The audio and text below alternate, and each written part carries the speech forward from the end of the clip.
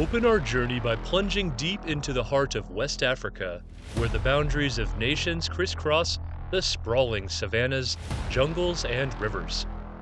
This is a land steeped in centuries of rich tradition, culture, and history, where kingdoms once stood proudly, and the echo of battles fought for honor, land, and power still resonates. This is the land of Yoruba, a place where legends were born and history was etched by the horsemen of the great kingdom of Oyo. In the annals of African history, few have been as influential as the legendary cavalry of the Oyo Empire. The empire flourished from the 14th to the 19th centuries, becoming one of the most politically important states in the region by the 18th century. A significant part of this success was the result of the Oyo's unique military structure, particularly their elite horsemen.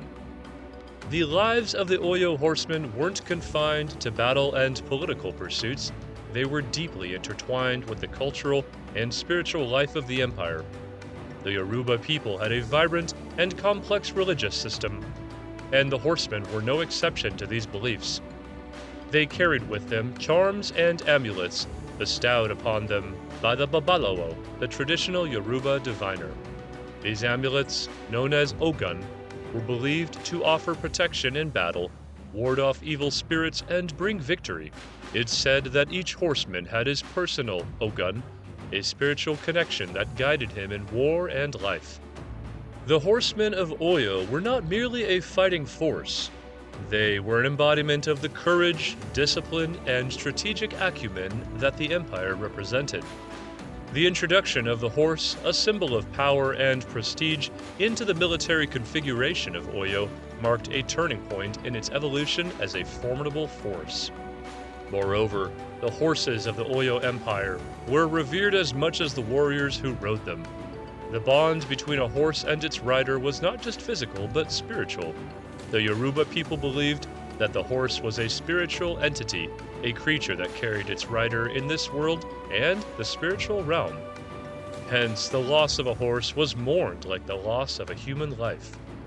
It was this deep connection between the horse and its rider that gave the Oyo cavalry its unique character and invincibility in battle. Horses were not indigenous to the West African region. The art of horsemanship was likely introduced through contact with the North African Berbers and Arabs.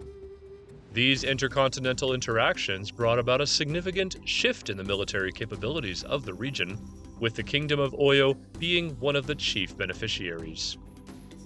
Training a cavalry in the terrain and climate of West Africa was no small feat. Malaria was a constant threat, and tsetse flies posed a risk to horses. Nonetheless, the horsemen of Oyo adapted, finding ways to breed and maintain horses in these challenging conditions. They were disciplined, focused, and relentless in their pursuit of mastery, as their survival and the empire's prosperity hinged on their prowess. The horses used by the Oyo cavalry were usually of smaller stature, suited to the West African terrain. They were resilient, capable of covering long distances under the scorching sun, and agile, able to navigate the region's varied landscapes. Each horse was treated with great care and respect, forming an unbreakable bond with its rider, built on mutual trust and understanding. The Oyo horsemen were more than just riders, they were skilled warriors. Their weapons were as diverse as their skills, long spears that could run through an enemy with devastating force, swords honed to razor sharpness, and bows and arrows for long-distance assaults. Their skill with these weapons, combined with their horsemanship, made them a force to be reckoned with. The strategy of the Oyo horsemen in battle was one that leveraged their speed and mobility. They were known for their quick, lightning strikes, where they would charge at enemy lines, causing confusion and chaos, then swiftly retreat before a counterattack could be mounted. This hit-and-run tactic, known as the guerrilla warfare, was incredibly effective, instilling fear in the hearts of their enemies. The organizational structure of the Oyo cavalry was also key to their success. The Eso, the head of the Oyo army, commanded a group of elite horsemen known as the Eso Ikoyi. Each Eso Ikoyi commanded 70 horsemen, which formed a squadron. The composition of the army demonstrated the militaristic organization and discipline instilled within the Oyo Empire. But the influence of the Horsemen of Oyo was not restricted to the battlefield. They played a crucial role in the political fabric of the empire. The Eso, along with other high-ranking horsemen, was part of the Oyo Messi, a council of statesmen that served as a check on the Alafin, the king of Oyo. This political involvement indicates the respect and influence the horsemen commanded in Oyo society. The decline of the Oyo Empire in the late 18th and early 19th centuries, brought about by internal strife and external pressures, marked the end of the dominance of the horsemen. However, their legacy lives on. They symbolize a time when Oyo was at the height of its power, a testament to the military and political prowess that shaped the course of West African history. The influence of the Oyo horsemen can still be felt today, echoing through the annals of time. Their innovative military strategies have been studied by historians and military strategists alike, offering invaluable insights into the art of war. They have also been a source of inspiration for literature, art, and film, a symbol of African strength, resilience, and ingenuity.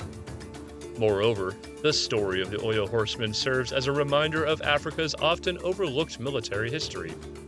Their stories are a crucial part of understanding Africa's past, shaping its present, and envisioning its future.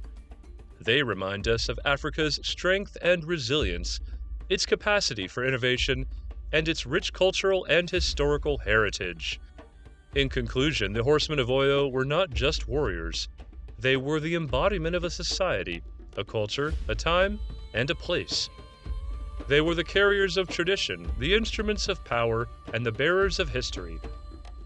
The echo of their hoofbeats resonates through the corridors of time, reminding us of a chapter of African history that deserves to be celebrated and remembered.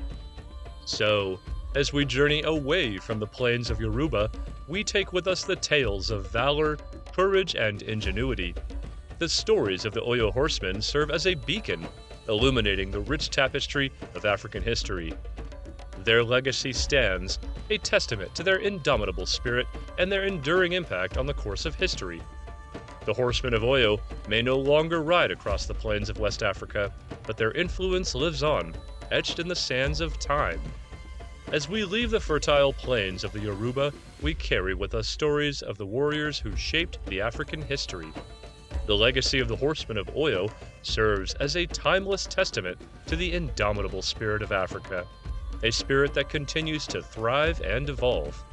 This land, this culture, this history, they all remain a testament to the brave men who once rode with the wind, their hearts echoing with the thunder of hooves and the clash of battle, the legendary horsemen of the Oyo Empire.